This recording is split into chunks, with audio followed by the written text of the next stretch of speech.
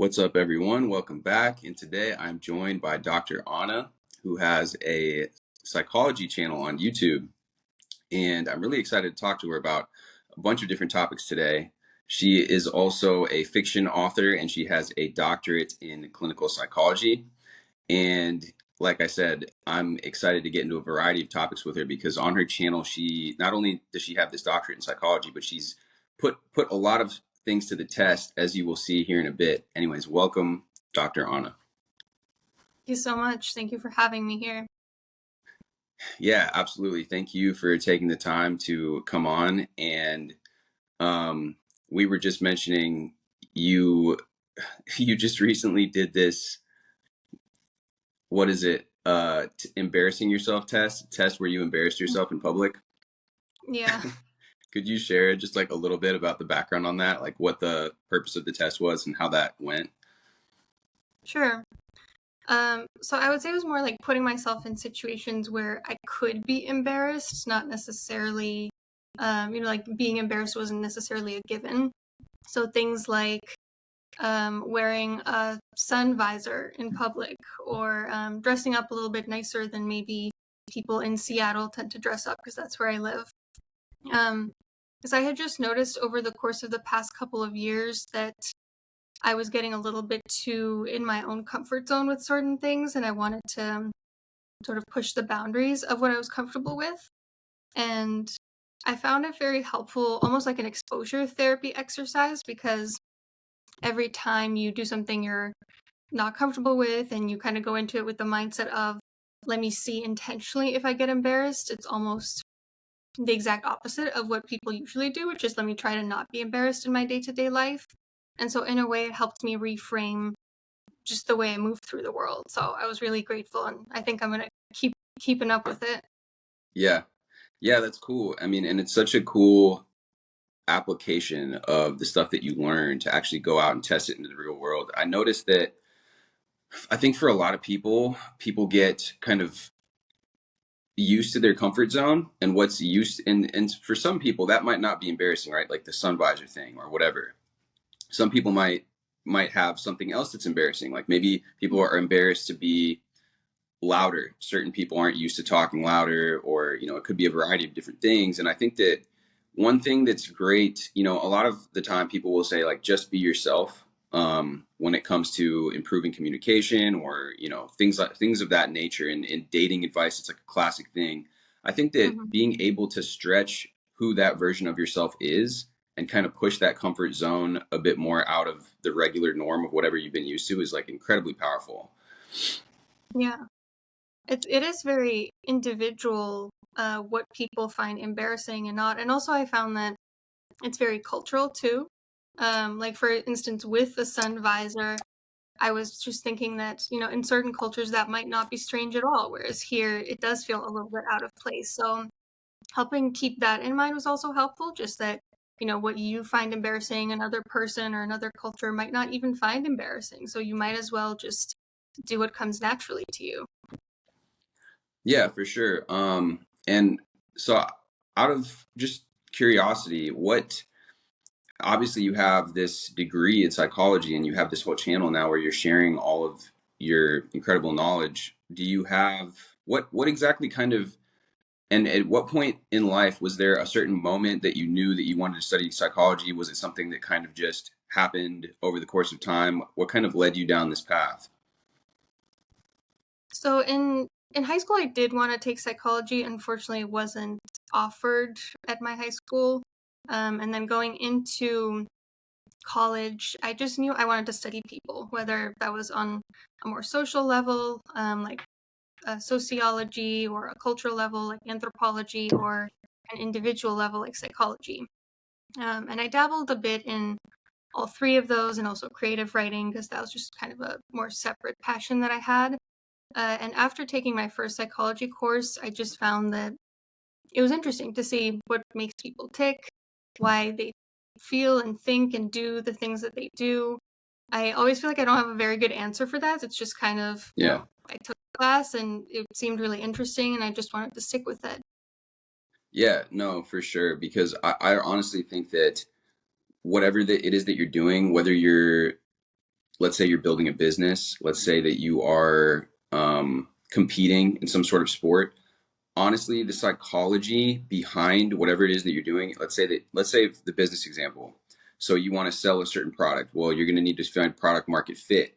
Well, what is product market fit? At the heart of this really is psychology. What drives people to do things? What motivates someone to want to invest their time, energy in a certain thing, whether it's a service or a product? And Mm-hmm. there's this book that I really like. I'm not sure if you've heard of it, but it's called The Courage to Be Disliked. Mm-hmm. And Yeah. yeah, so I'm not sure. Have you read that book? Yeah. I'm trying to remember. It was from like a humanistic existential. It's based on like Alfred Adler's Right. theory of Adler. psychology. Yeah. So yeah, I mean, at the heart of that book, one of the main themes, the overarching themes of it is that every he phrases it like this, like every problem that we have almost is like an interpersonal relationship problem, Mm-hmm. which to me kind of goes back into this discussion of like, whatever you're doing, and if you're training for sports performance or whatever, you're going to have to tap into your own psychology. And a lot of the times your own psychology is based on your comparison with other people, which again is like based on your understanding of psychology to a degree. So Yeah. And I forgot to mention that also the relationships between people is part of what drew me to psychology. And as you know from like my channel, that's a big component of what we talk about because I feel like you can't really study the individual without also studying the relationships that they're embedded in. They go together. They can't really be removed. yeah, yeah, no, for sure. That's actually incredibly important because, and that's again, that's why that's another reason that I like that book so much is because he kind of discusses that. He discusses like how we have these like vertical relationships with people. He discusses the inferiority complex, the superiority complex, but essentially we're always looking at ourselves through this lens, and it's something that we can try to do that less, right? That like fall less into that trap of comparing ourselves, but to I think to a certain degree we're just hardwired like that because we're social being like creatures. We're like that's kind of in our makeup. So I think it's really, really valuable. Um, do you so the book that I saw that you had posted this thing about this, I think it's the something about the woo woo, the book where it talks about that scale of relaxation being in the middle. See, one thing that I talk about in my channel, and I just posted a video about this, is I think in order for us to like kind of achieve change, and let's talking about it from like a manifesting perspective, I think being able to tap into that relaxed state is like very key because I think that when we're kind of having all this tension, a lot of that probably arises again from comparing ourselves with ourselves or with somebody else, thinking we're not where we want to be yet, and things of that nature. But I think that that process of relaxing allows us to really get present. And if you'd care to share, I found it fascinating what you said about how it's relaxation, but then appreciation is even like the true opposite of, was it hate or was it fear? It was fear, right? Yeah, so it's fear and anxiety on one end, relaxation in the middle, and then love and uh, just feelings of like goodwill and positivity towards other people as the opposite of fear. Yeah. Yeah. Um, Do you have like in reference to that, do you have kind of a meditation practice? Do you have like a way that you kind of get into that state of love or relaxation and all those things? yeah, I really could be better about meditating. I've been trying to meditate every day. It's kind of a struggle that I always have, but I do recommend to other people, and I should probably take my own advice, to incorporate some element of loving kindness when you're meditating, because the way that the theory goes is that the opposite of fear is not just trying to get yourself in a relaxed state. If you want to get yourself in a relaxed state, you have to go all the way to the opposite, which is feelings of love and kindness. And so when you're directing those thoughts to other people, even if it's just to yourself, although it can certainly be out loud as well, you inadvertently get yourself in that midpoint of relaxation. So it's very good for you, and it also is good for your relationships, because the more positively you feel about other people in your life, the more your relationships will benefit as well. But something that I do aside from trying to meditate is just journaling. So every morning I do my journaling practice, which contains like 10 items of gratitude and a moment of joy that I experienced yesterday, a kind thing I did for someone else, a kind thing someone else did for me. And so those help me get in touch with the same sorts of feelings of loving kindness that a meditation practice might. Yeah, definitely. Do you kind of believe in like do you believe like the energy that we're putting out to a degree is going to get reflected back to us? And do you think that that's kind of part of the loving kindness aspect of the meditation, like a benefit that we can receive from that as well? Yeah, to some extent, I think so. Because I think the way you get maybe charisma or positive relationships is to first of all feel those positive feelings towards the people that you're hoping to build those relationships with. So if you're, putting on a show, or you genuinely feel negatively about a person, then probably the other person's going to pick up on that. Um, and there are certainly people that maybe won't reciprocate no matter what. Maybe they have their own stuff going on that just they're not ready to give you the same kind of reciprocal feelings. And that's a little bit more out of your control, but I certainly think it can't hurt to still try to cultivate those feelings. Yeah.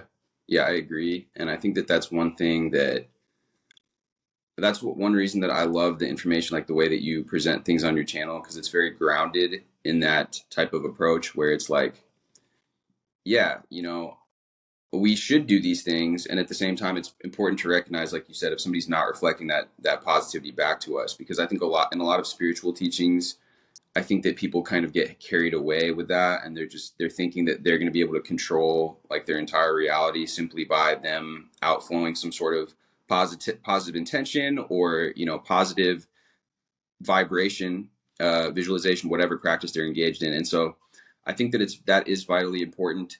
And that leads me into kind of like the discussion of the placebo effect, because I think the placebo effect is this positive expectation, right, that we're able to have. And then therefore, it's obviously we don't understand how it works yet, right? But you made a video about this, and I'd be curious your thoughts on how on really like its various different applications, whether it's in relationships or for its like physical healing or whatever. Um, if you'd be, yeah. So Sure. So the way I think about the placebo effect is, we know from many decades that it works to some extent, that people do get better just because they think something's going to have a positive effect. I liken it to, um, like a rubber band that, you can take it so far, you can make it have a difference on your life, but at some point you can't stretch it all the way. So like there are limits to how far you can take the placebo effect, but I think given that we know it does have positive effects, why not use it to our advantage? So this is partly related to the placebo, not entirely, but I think optimism is a great way to do that. Sort of priming yourself to believe that things are going to work out for you, in a lot of ways does manifest that. So for instance, in, uh, health stuff that you might have going on, we know that if you have illness anxiety and like a pessimistic attitude on what's going on with your health, that can actually negatively impact your health, or at least make you fixate on certain symptoms that maybe aren't that important in the grand scheme of things, or are going to go away next week. And so having that positive outlook in that sense would be, I believe that this is, nothing serious. I got it checked out. Doctor said it's fine. It's going to go away in a week or two. And then I do think to some extent the anxiety and the symptom passes quicker because of things like that. yeah, yeah. And you hear stories of people that have kind of used this. I know that like Dr. Joe Dispenza has like all these testimonials of people doing his meditations and healing from things.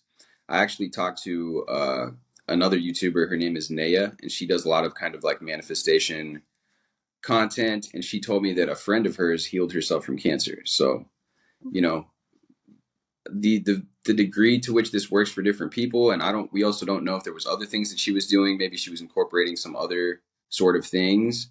But it is really really interesting when you hear stories like that, and clearly it works for certain people. I think that it's it's something because we don't understand it. Because we don't understand it, I think that it's something where if you're using it for a physical ailment, I think that you should do like everything in your power to address that physical ailment at the physical level as well. But I think that, like, in terms of positive expectation, I mean, if you go into a job interview and you do a visualization practice of, let's say, the person, responding well or wanting to give you the job, I think that you're going to notice a difference than if you go in with like a pessimistic attitude where you're expecting things to not go right and things of that nature. I don't know if you find the same experience for yourself, like in terms of just situations. Yeah, absolutely. I think the way we prime ourselves does, to some extent, determine how things are going to go for us. Um, I don't know how you feel about Dr. Joe Dispenza. I think we probably just him and I disagree on like how far you can take it, kind of like what you were saying. Like some people seem to think that you have all the control to change your life in whatever way you want. Other people, I feel like, take it the complete opposite extreme. Like you have absolutely no control. Everything is happening to you. You're just kind of a victim to circumstance. I feel like it makes sense to see a little bit of both because just in my experience, um, there's usually more than one factor. There are internal factors and external factors going on together. So I guess my gripe with Dr. Joe Dispenza is that sometimes I feel like he takes it too far to one of those extremes. Yeah.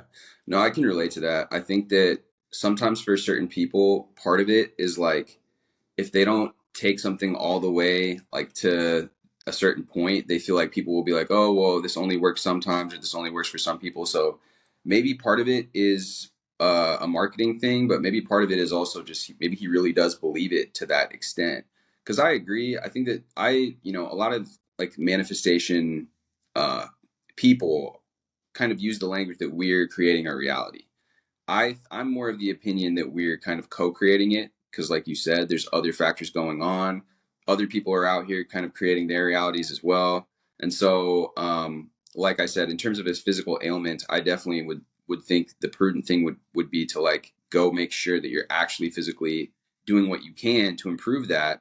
I also think that if there are people that are experiencing this stuff, like I'm not going to totally discount it because people why would people it's hard for me to believe that all of these different people would be kind of like lying or just kind of like making stories up when you've heard all of these different kind of success stories with healing and things like that.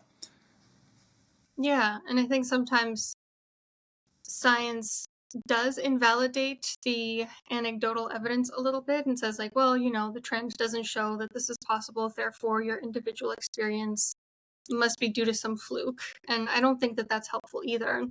And I agree with what you're saying about like the marketing of it maybe helps people get into that mindset because we know the more a person believes in the placebo effect, the more it actually works. So it makes sense that people would market it as a little bit more black and white because that might set people up a little bit more for success. But on the other hand, I worry that if it doesn't work out for that person, then they might feel discouraged and maybe um, ricochet back into pessimism because they feel like, well, this obviously didn't work, so it must just be BS or something. Yeah, so it's really interesting you brought that up because I had a conversation with a girl named Maya the other day who actually does like a lot of men's self improvement, self development. Funny enough, she's kind of helping men because she's noticed that men right now need help. There's all this like war on toxic masculinity and all this stuff. So she kind of has taken it upon herself to inspire and encourage men. But what we were talking about was this concept of like black and white thinking where I think as human beings, we tend to think of something either as all good or all bad. And that's actually like not a very mature approach because there's shades of gray with everything. And it's a really great point that you touched on because, yeah, for marketing things, and because of that maybe primitive aspect of the human brain that still exists, it's like with people like, for example, one example being like the police, right? These things might happen, and then people are like, "Oh, police are all bad. Like, get rid of police completely," kind of discounting the fact that sometimes police can be a good thing. Police have done terrible things, but to get rid of all police forever without any kind of checks in the system is going to also create a not a good result either. So that black and white thinking, that being able to understand that this stuff can work, but it's also you should also take action. Like you should also go to the doctor. You should also let's say that you're trying to manifest some amount of money or a new career or whatever. Well, it's going to benefit you to develop those skills. And I always tell people too, like, look, like all these coaches, like manifesting coaches that are like, oh, you don't need to do anything. Well, they went out and got a camera and came up with a video idea and studied this stuff, set it up, recorded it, wrote a video script, published the video. So they took all that action, but then they're sitting there telling you that you don't have to take action. So it doesn't really make any sense if you think about it like that. Um, Yeah. yeah, Yeah, and even with like manifesting a relationship. Like if you say, "Oh, I want to find, like my soulmate or something like that," and then you're not doing anything to find them. I mean, how would that even happen? They like knock on your door. Like there's no way if you don't also take the action to put yourself out there. yeah, and that's actually like a really big issue nowadays because our parents will see like the state of dating or whatever and be like, why don't you go and find yourself like it, and it sucks because the climate that we're in, I feel like a lot of guys, because people used to meet their significant others through work, through family, all these different things, and now it's like we're all kind of sitting behind our cell phones swiping. And there's this trend. I saw this graph of like how like online dating has just gone like this, and all the other forms of meeting people have just been like slowly going down. But there's also like this illusion of choice because of the online dating.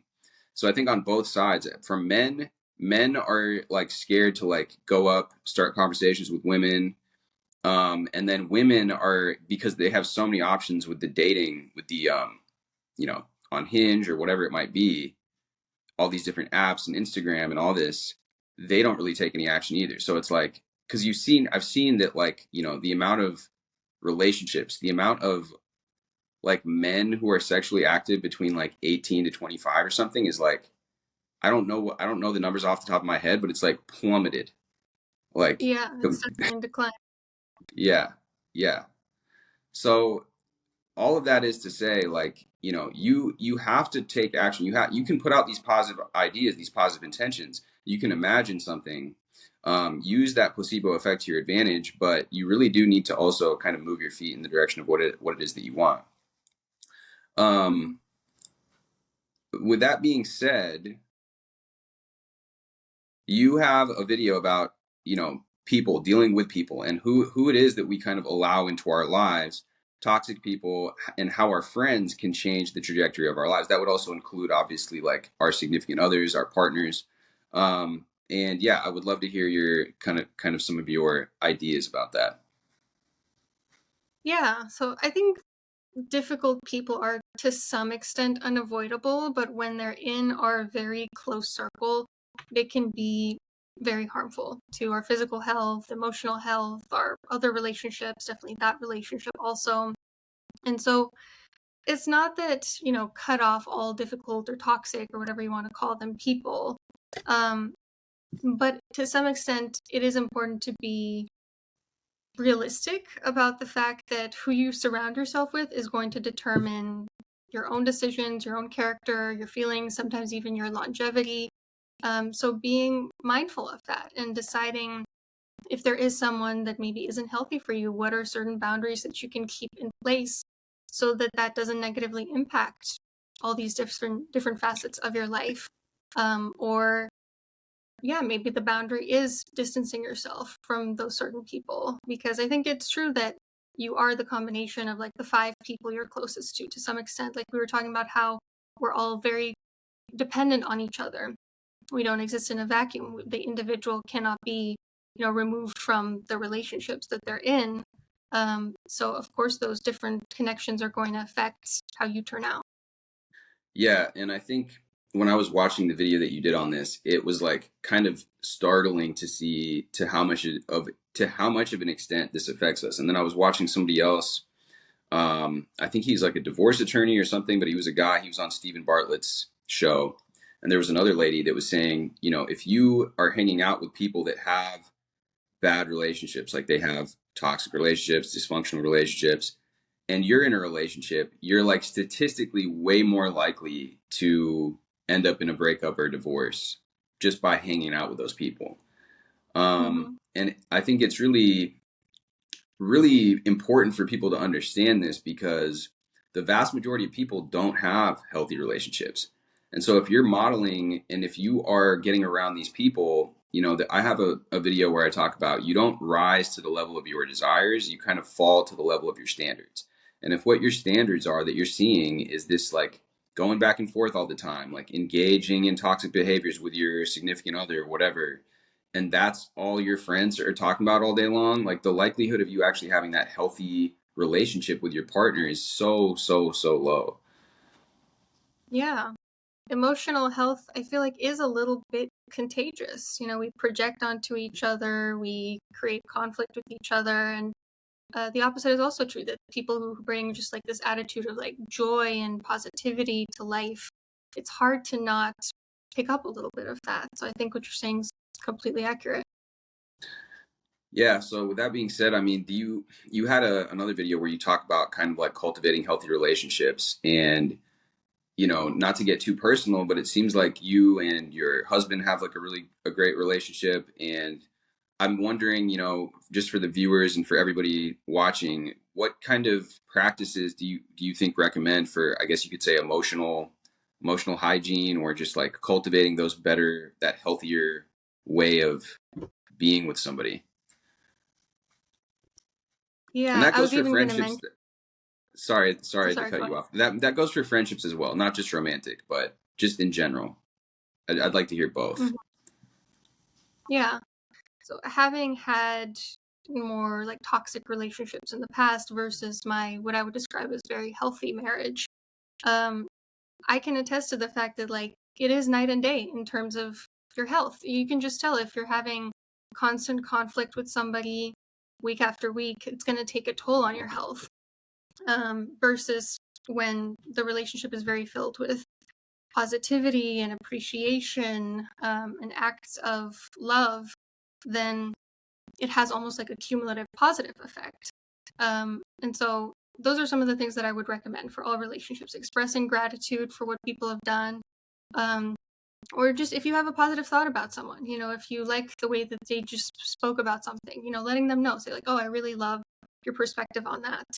Um, the Gottman Golden ratio says that it's good to have at least 5 positive interactions to every negative interaction. That's kind of the sweet spot where if you don't want that relationship to deteriorate, you gotta balance out the negative stuff with a lot of positive interactions. So even just being present with them when they're speaking to you, being attentive, validating what they're saying, talking about meaningful experiences and values with each other, having quality time, little acts of kindness here and there, thoughtfulness. Um, all of these can go a really long way in terms of insulating your relationship from the negative stuff that will come up at some point. Yeah, yeah, I like that. And I think, you know, in your video that you did about kind of dealing with immature people, and not to say that, you know, you need to label somebody as being completely immature or completely mature, again, getting away from that black and white thinking, but when you're dealing with somebody when they're in that state of emotionality because they've been triggered for whatever reason, I think that you had a good kind of practice on dealing with that. And you had mentioned the kind of the emotional validation. What how do you go about doing that? Um, well, I think firstly acknowledging the feeling, or even, you know, if they're not, maybe verbalizing, asking them, and how are you feeling about that? Um, and then once they acknowledge the feeling, just sort of echoing it, like I get the sense you're feeling sad about this, or I can tell you're really anxious. Um, Sort of communicating that you get the gist of what they're feeling, almost paraphrasing in a way, but in a more natural way. If there is something that you don't understand about the situation, asking clarifying questions so that then you can more accurately describe what they're feeling and echo it back to them. And then once you feel like they have just taken like the sigh of relief and okay, I feel heard now, then you can kind of move into where to go from there if that's what's helpful to the situation, whether it's problem solving, whether it's boundary setting, or redirecting them to like the reason and logical aspects of the situation. But the validation has to come first, because if somebody doesn't feel heard in their emotions, it's not going to get very far. It's not going to get productive. They're just going to feel like they're not being listened to, like their emotions are being invalidated, and it can cause a stalemate. Yeah. Yeah, I think that that's something that because I'm very logical, like have a tendency to do is just like get logical. And I think like for me, because I've heard other people say this as well, that like the way I've reacted to certain things when somebody got logical with me, they'd be like, "Oh, that would make me feel unheard." But it doesn't really make me feel unheard because I tend to be more logical. So it's like a learning process. Like I like the birthday example you gave in that video where it's like you miss a friend's birthday and they're like upset, and how easy it is to be like, "Well, look, like my grandmother's in the hospital." But that's not going to help in that situation because they're in this very emotional state. So kind of just like you said, kind of emotionally like repeating back to them, or kind of like, yeah, like you said, I can sense that you're feeling, upset about this, and kind of allowing them to process their emotions on their for themselves can be like very helpful. Mm-hmm. Yeah, I was also raised with a more like solution focused way of addressing emotions. I feel like I have some very stoic people in my family, and so this was something that I had to cultivate too when I was studying to become a therapist, because it didn't come very naturally to just like validate and reflect back what people were saying. Because to me, being helpful means, well, okay, let me help you solve this. But I was surprised how many people don't find that helpful, because again, they need to address the emotion first, because emotions do try to signal something to us. They are messengers in some ways. And so it's good to listen to that before we go into, okay, what do we do with this signal? Yeah, yeah. I actually find that super interesting that you said that. So, like for you, for yourself, let's say that you're going through something, and let's say that, your friend or your husband or whoever it is brings you a solution. Do you generally like that, or do you feel like that makes you feel unheard? Um, I feel like it depends on the situation. Like Yeah, my cousin is a very uh grounded, stoic person, doesn't like to really complain about anything. And so sometimes when I'll bring an issue to him, he'll just say, well, like, here's how to move past this, or like, why are you letting this get to you? And in the moment, like, I won't lie, sometimes it does feel a little bit invalidating. But also I see the value in what he's saying, and I appreciate that, yeah, like he is right. Like this is what has to come next. And maybe you get that validation from other people. Um, and other yeah, times I feel like I want to be invalidated, like if I'm spiraling about a worry, I've even told my husband, can you please tell me this is just a moment of anxiety? You're just being anxious. Because that would help me kind of snap out of it and help me realize, well, yeah, okay, I am a little bit too in my own head right now. This doesn't mean that what I'm thinking about is actually going to happen. yeah. I love that. Like, I really love that response because I feel like that's an issue for me personally. Like when I'm bringing a situation to somebody, it's almost like I like what you said too. Like I almost like being, if you want to call it that, invalidated. But I don't really think about it like that. I think about it like, look, I'm going through something, and I realize that in the way that we've talked about before, a lot of our problems are kind of problems of our own making, or we're sitting in this emotional place. But when I bring a problem to a friend of mine, I want him to give me the solution, or I want him to like give me the kind of like slap across the face, so to speak, to like wake me up and just be like, look, dude, like think about it like this, or what if you tried this? Because for me, I don't want to stay in that emotional state. I feel like my issue with that type of thing a lot of the time is I feel like if I go into that and kind of just quote unquote validate what people say in therapy and stuff, that I'm almost, and there's probably a balance, and so there's a fine line, but I don't want to enable these kind of like victim states of thinking of like, I really try to get away from that because I think that when people spend too much time there, they're just repeating that same story, and now they're creating the story, and almost like going back to the placebo effect, or of like what you focus on grows. If you keep focusing on this negative thing or looking at it through this negative lens, you're gonna get more of the same. You're gonna get more reasons to complain. You're gonna get more of that, and so that's why, and I can like talk about this all day long, but that's why it's also really valuable to learn these tools that you're talking about so that you can help bring people out of this state. Let's say that they're not willing to hear the solution oriented approach right away. So you do a little bit of the empathizing, validating, whatever it is, and then kind of move to that afterwards. Yeah. I really like the DBT model of dealing with emotions where you identify what's the emotion that you're feeling. Is it does it fit the facts of the situation, and then is it effective to act upon it? So the very first step, you have to actually address what is it that I'm feeling. Um, and then the second part is kind of a way to like assess, okay, like, is it valid to feel in the situation? It's always valid to have your emotional experience because we can't control our emotions really. But it's important also to ask ourselves, okay, does it fit the facts of the situation? Because if not, how do we want to move forward from this in the way that best serves whatever our goal is in the situation? And the only caveat I would say to what we're talking about is if you're using avoidance as a way to not look at your emotions, to just be like, okay, I don't want to sit with my emotions, I'm just going to go into like solution mode, that can also worsen the emotion in some cases because avoidance can be a compulsion of sorts, and compulsions do just strengthen the anxiety in that situation. Yeah, yeah.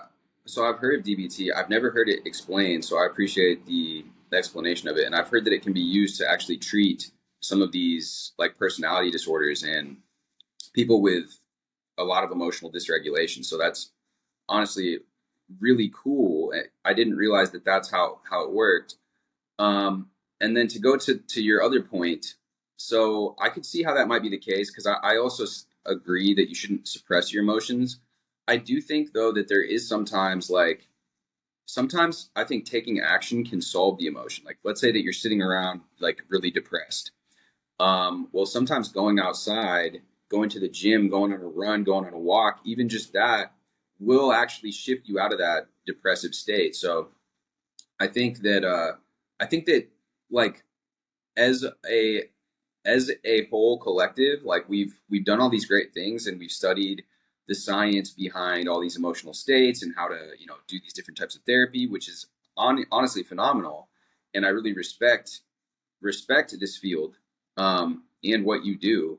I also think two things can be true at once, and it's kind of like the shades of gray thing, where it's like we evolved from these beings that were like we tend to look at things in a more negative sense because we evolved in a way to survive the environment, the harsh environment of the world, and so like all of these kind of like psychological phenomena, they've always existed to some degree or another, but we were in a state of trying to just survive. So if we were depressed in previous generations, we didn't have time to really sit around and be depressed. We would like then go to work or go gather all the food for the family or whatever. And so I think that like there's on the same side of that coin, just by doing things and getting back in touch with our kind of like primal human essence, human nature, moving, being outside, all these different things, we're actually going to like dissipate a lot of these things that are kind of in my mind a lot of a product of this current world that we live in, rather than some state where like the caveman was like sitting around depressed in the cave. Like I don't,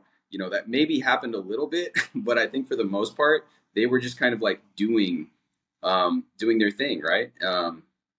I'd be curious what your thoughts are on that as well. And then also, one last thought about this is the DBT. So I've been reading this book about negotiations by this guy named Chris Voss. He wrote a book called Never Split the Difference, which has become like a very popular book.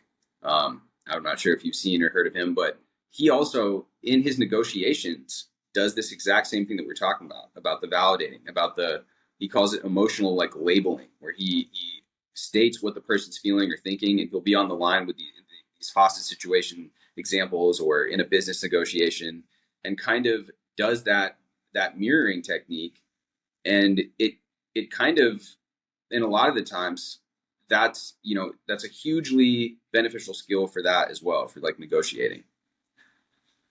Yeah, definitely. People need to feel heard, even in negotiations, even in police interrogations. I believe the studies back this up. At least that's what I've heard. I haven't looked at them myself, but I think that when people feel heard, they're more likely to actually compromise with what you're asking of them. Yeah, yeah, that's definitely the case. In his, there's some wild examples in that book too of like him just kind of stating like what the other person's feeling, and then them giving a bunch of concessions and whatever it is, like let's say like letting go of hostages or whatever in the extreme examples. But yeah, it's crazy. It's so crazy that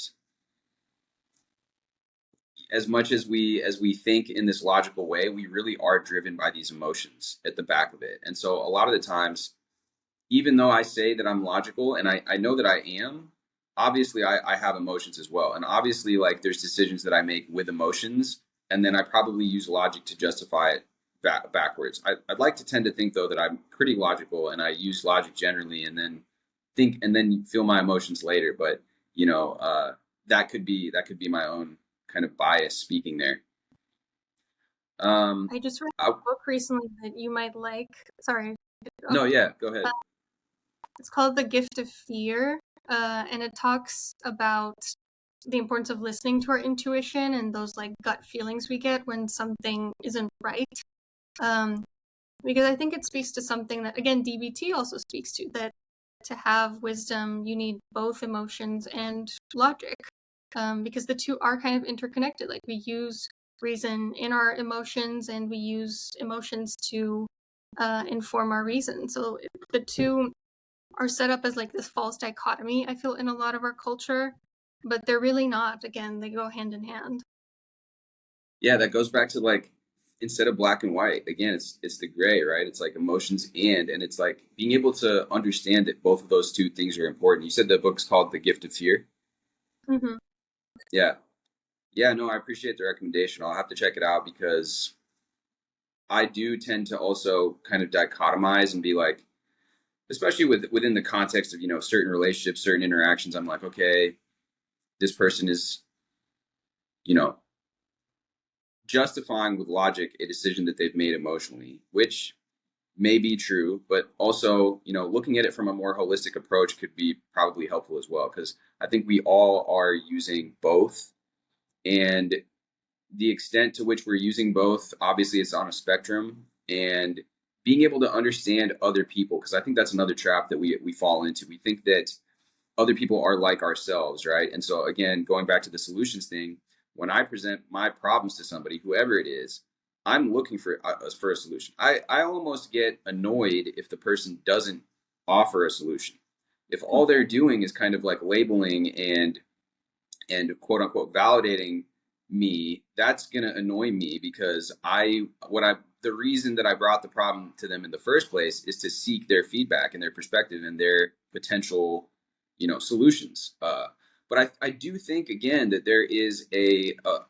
there's probably a way of doing both. You know, I saw this thing called the drama triangle, which I'm sure you've seen it before. It includes the victim, persecutor, and the savior. And then I also saw the reverse of it. Let me see if I can try to look it up. Where Sure. there was like an inverted triangle where one of the things was like a coach. Are you familiar with these at all? The drama triangle and stuff No. like that? No. While you pull that up, let me just grab a charger really quickly because my Yeah. laptop Yeah. lost Absolutely. battery. Yeah. 1 second. Sorry about that. Yeah. No worries. So this is like a model that I forget what the name of the psychologist is, but I pulled it up here, and so the drama triangle essentially is a triangle, right? But so on the bottom you have a victim, and then you have the persecutor, and then the rescuer.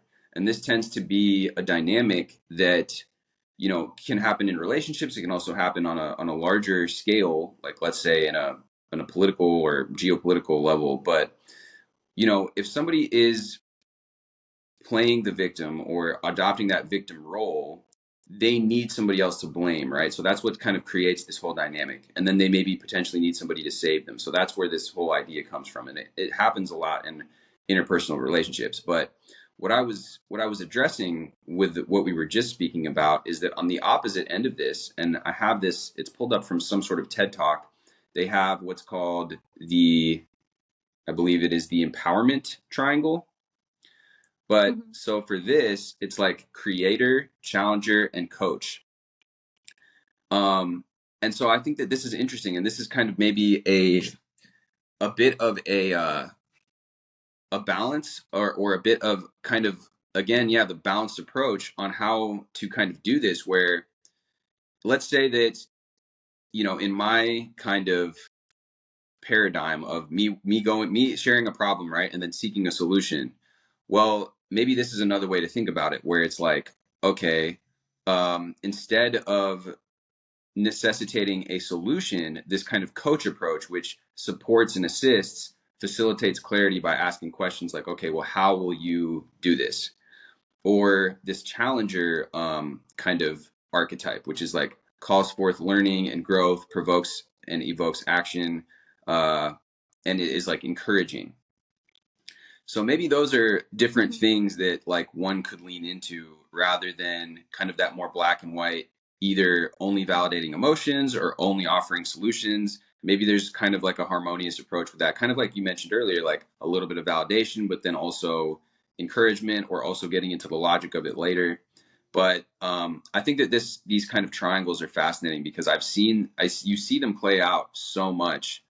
Um, I guess it's called the Karpman drama triangle. So I think that's the name of the psychologist that kind of came up with it. Yeah, I like that. And I can see how some people more, would find one more helpful than the other, but like you said, maybe a combination of them would be most balanced.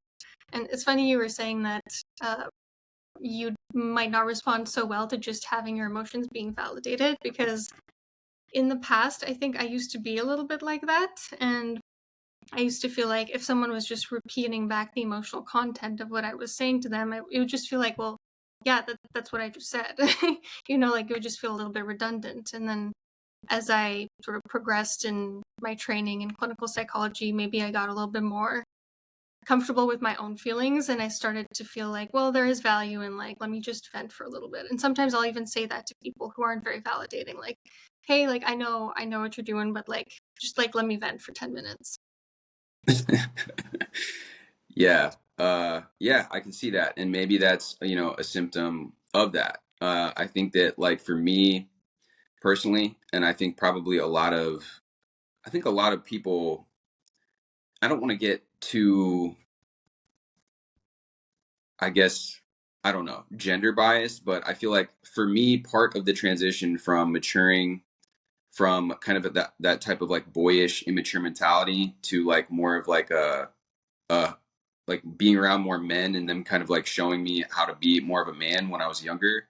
A lot of it had to do with, look, like it doesn't matter how you feel, like you just need to get stuff done, right? And I think a lot of the times as men, particularly, and not to say that women don't go through this as well, but like I think that there was a point in time where it's like I kind of had to go through this transition, which is like, okay, my feelings don't really, like I shouldn't be paying so much attention, because there's a lot of times that you will feel a certain way about something, or be like, oh yeah, I don't feel like doing this, or this doesn't feel right or feel good, but you need to do it anyways. You need to execute to get the result. And again, I think women go through this too, but speaking from my experience as a guy, I think that maybe now, like, kind of after learning about this stuff and dealing with other people as well, I can kind of maybe like go back again full circle, kind of acknowledge those emotional aspects of people's experiences, even though I've kind of perhaps cut myself off from my own emotions to an extent, or my own emotional experience. Because obviously I still feel emotions, but they're much more tampered down than I was when I was like a kid, if that makes sense. Mm-hmm. Yeah, and I think sometimes the emotions can help you make the most logical decision. So it's sad that, a lot of boys and men are told to cut off that part of themselves. Because let's say that you're having like a conflict with someone and you're not sure how you feel. You just know, like, bad feeling. How do I address this? Well, how do you address it if you don't realize maybe that there's grief underneath the anger, or like what exactly it is that triggered you? Like, it's hard to navigate those if you're not listening to what it is your emotions are trying to communicate.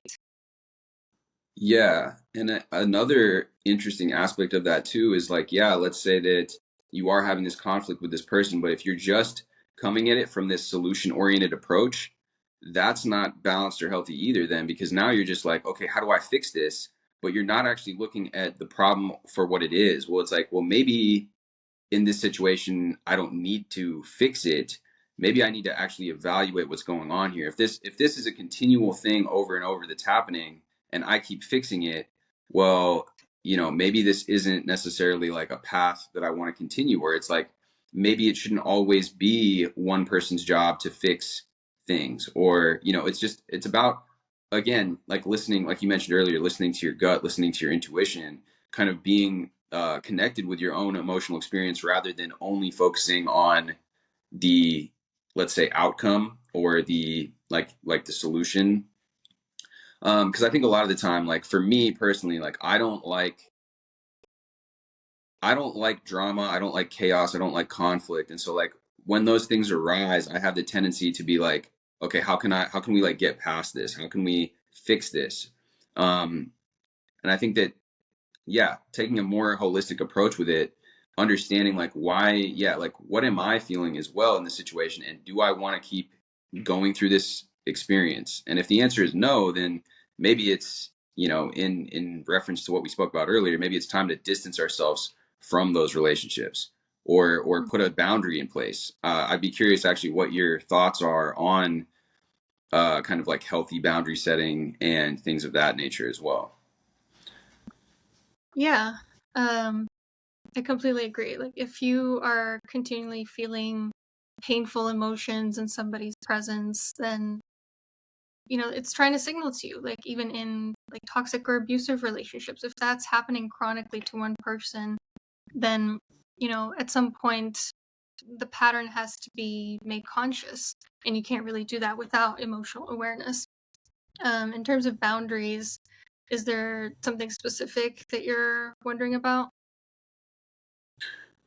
Yeah, well, I suppose just like in general, how like disrespect is an interesting thing, because I think different people have different definitions, what makes them feel disrespected, what makes them, and sometimes it can be very, very insidious. Like it's something that's just very, very small, and you kind of like let the small things slide because you don't want to uh make a mountain out of a molehill, so to speak, or you don't want to like engage in a conflict, create conflict. You don't want to create an argument.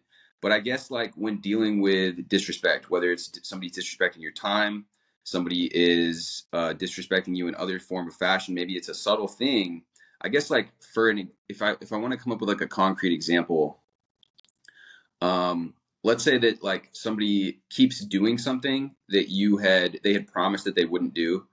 Um, and you're not seeing that actual change in behavior, so it's like almost like you feel like, rather than an apology, which is what they claim to do, they claim to be apologizing, you feel like it's actually more manipulation or more of like a deception, because now they keep telling you something but they're not actually doing it. I guess how would you yeah, like bring that to the forefront, set a boundary with that? Mm-hmm. Um, I think the textbook answer is tell them what doesn't work with you, and then tell them what the consequence is going to be if they continue this behavior. But I think the part that we don't often talk about in the textbooks with regards to boundary setting is that words can only go so far. Some people aren't going to respect your boundaries no matter what, and some people are going to apologize and just not follow through with action on the changes that you're asking of them. And in those cases, if you've already communicated what it is that you need, really the only thing that you can do at that point is to just take a step back and to communicate through your actions. This isn't working for me, and I'm not talking about it anymore, but I'm showing you through my actions that it won't be tolerated. Yeah. Yeah, I agree. I mean, and I think that's like to your point, some people they only that's like the only language that some people understand is you can tell them something a million times till they're blue in the face until you're blue in the face, but if they don't change, then that's what it has to be. It has to be some shift in behavior or some sort of like action based consequence. Um, a couple more topics that I'd like to cover here as we kind of like get closer to the hour is kind of building resilience. You had a video about this that I thought you covered really well, and that's actually another way of looking at things with, like, let's say that glass half full perspective, or not thinking in black and white. Because when we deal with challenging situations, it's very easy for us to kind of dwell in the negative again, getting into that victim type of mode, victim type of thinking. But how, as people, when we're dealing with those circumstances, I don't have a particularly specific example for you off the top of my head, but how do we use that as a way for us to build resilience? So I think resilience is an interesting topic because the people who have gone through some of the most horrendous stuff praise resilience and talk about the importance of having it.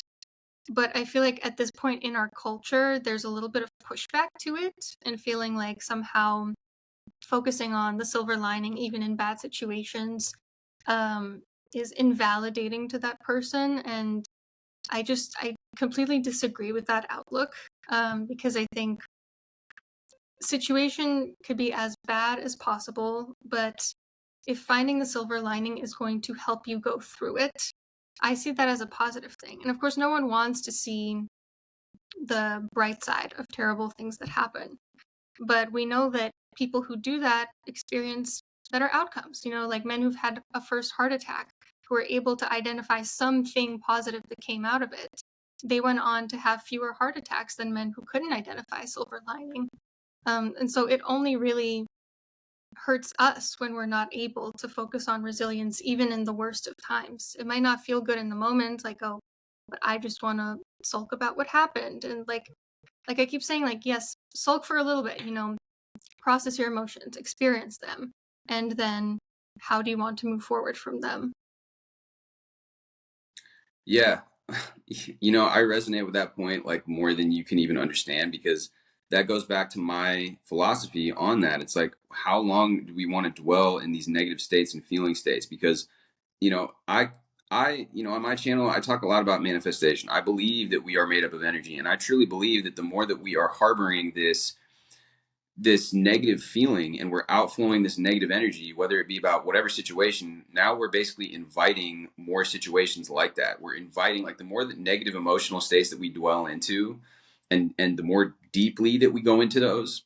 Let's say it could be a state of feeling like we want to get revenge on somebody, or it could just be the feeling of despair or even apathy of like, what's the point of trying?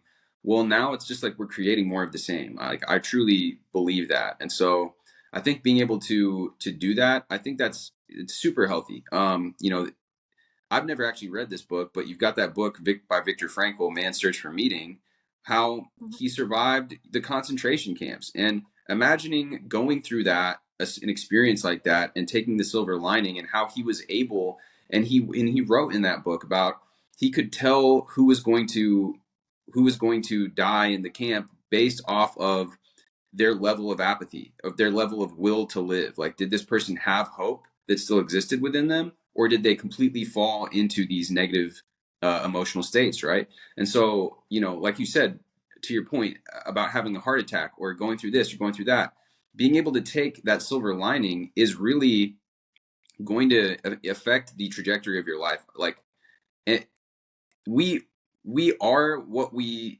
as cliche as it might sound to say, but we become the product of our ways of thinking, and are the product of our thoughts. And if we're thinking and dwelling on these negative thoughts, we're just going to have more reason. By complaining, we're going to find that we have more things to complain about.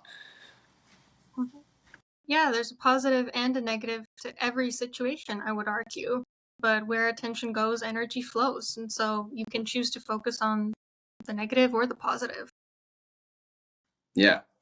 Yeah, for sure. So I know that yeah, I'm sure you probably have I know that we're hitting the hour mark here, so we'll wrap it up here shortly. I just before we go, you had an interesting topic about the pros and cons of being self-employed versus employed.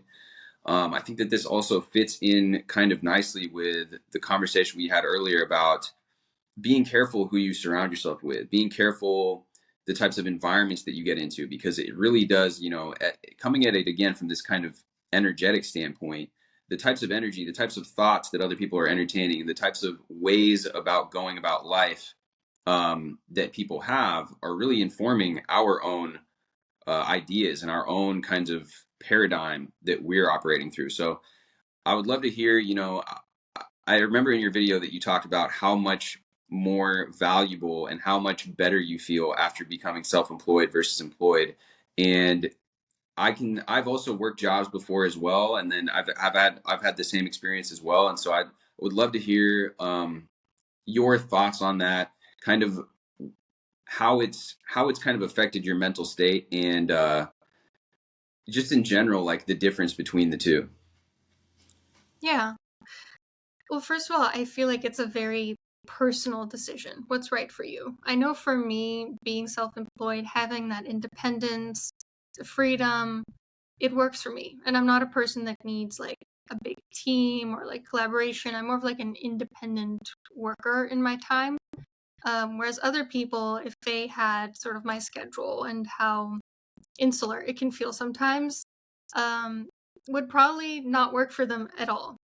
So I feel like it really comes down to what your values are, what your learning style is, um, what gives you joy in every day. Because for me, waking up and being able to do the things I love on my terms, that brings me so much joy. For someone else, it might be working in a team. It really just depends what your values are. Yeah, for sure. Do you There's one thing that I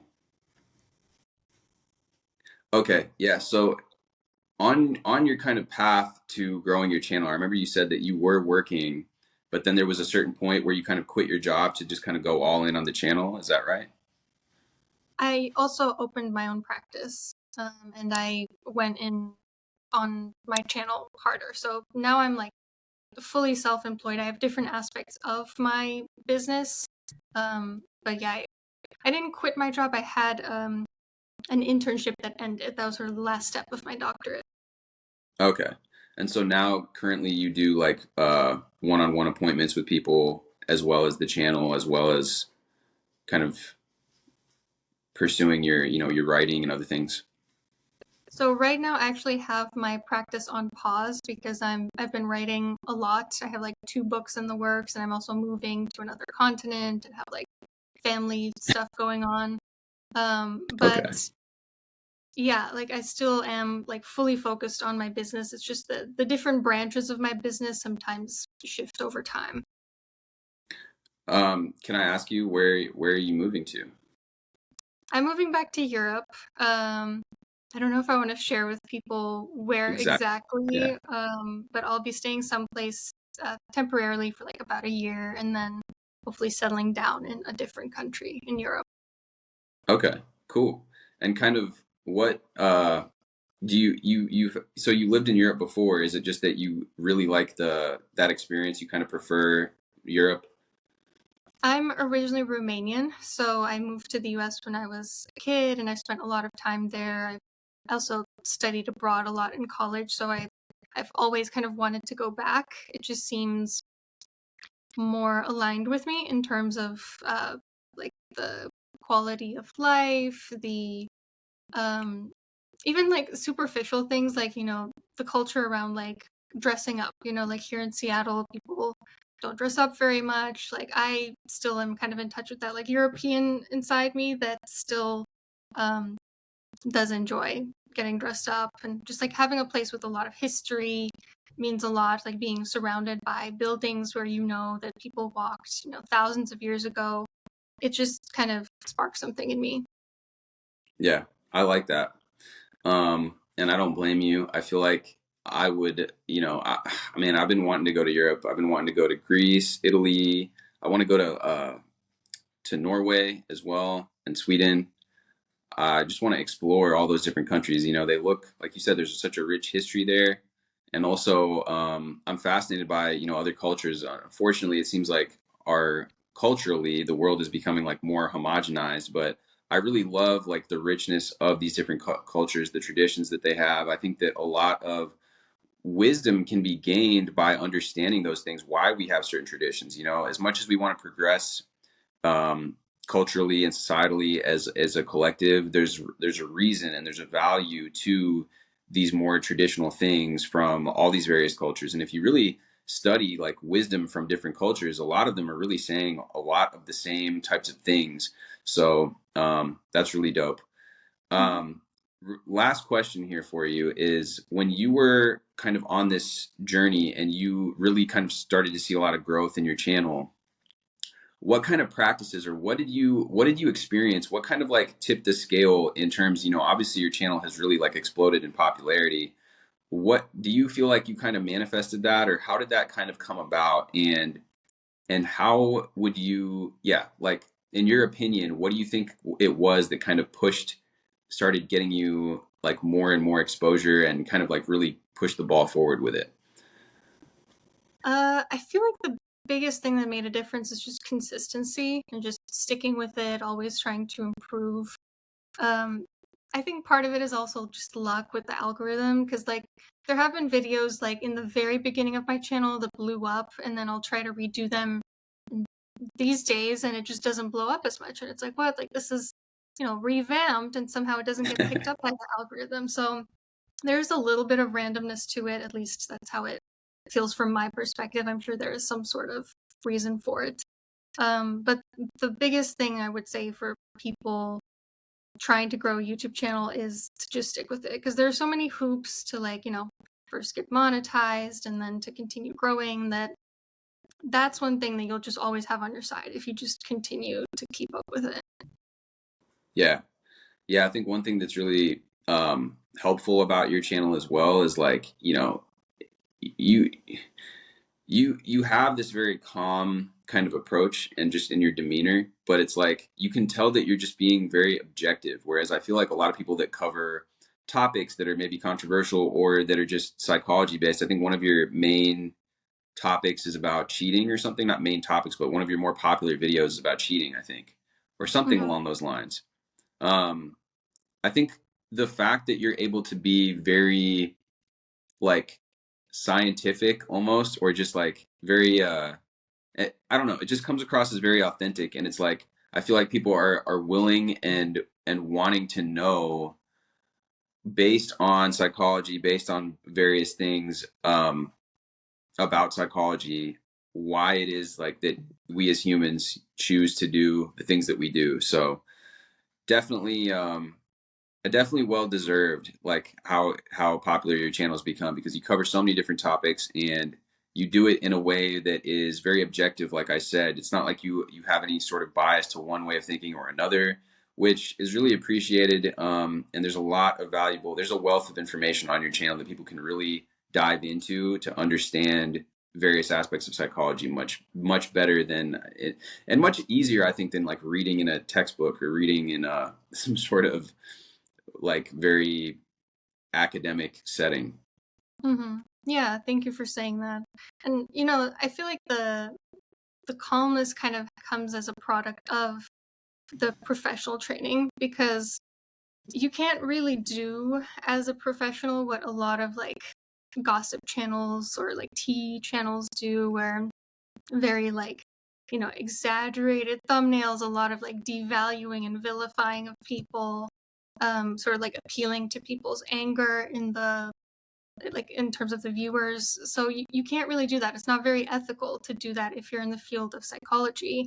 And sometimes that can actually work against you in terms of the algorithm, because that's the kind of emotional content that gets picked up. But you don't really have a choice if you want to build integrity. And the benefit of doing that is that then people trust you more, and then you have a more loyal fan base if you're not just giving into what the algorithm wants, but actually being ethical.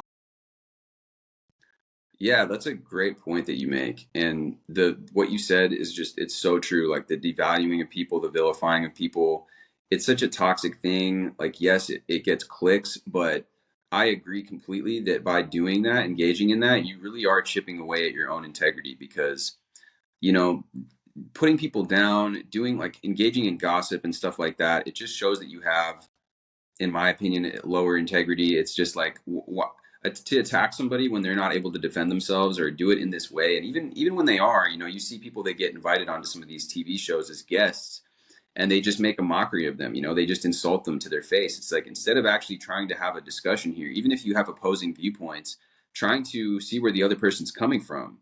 That's what, in my opinion, that earns my respect. And to your point, that's what you've done, and it comes across incredibly credible and also authentic. And that's, I really appreciate your channel, and for taking the time today to have this conversation. Thank you. And thank you for having me. And congrats on your channel too, because you do great work. Thank you so much. All right, everybody. For all of you watching this, I'm going to leave Anna's links down below. You guys can check her channel out. She also has some cool books that she's been writing and various things that you can check out. I'll leave all the links to that stuff down below. With that being said, hit this with a like, hit me with a subscribe, and I will see you guys in the next video.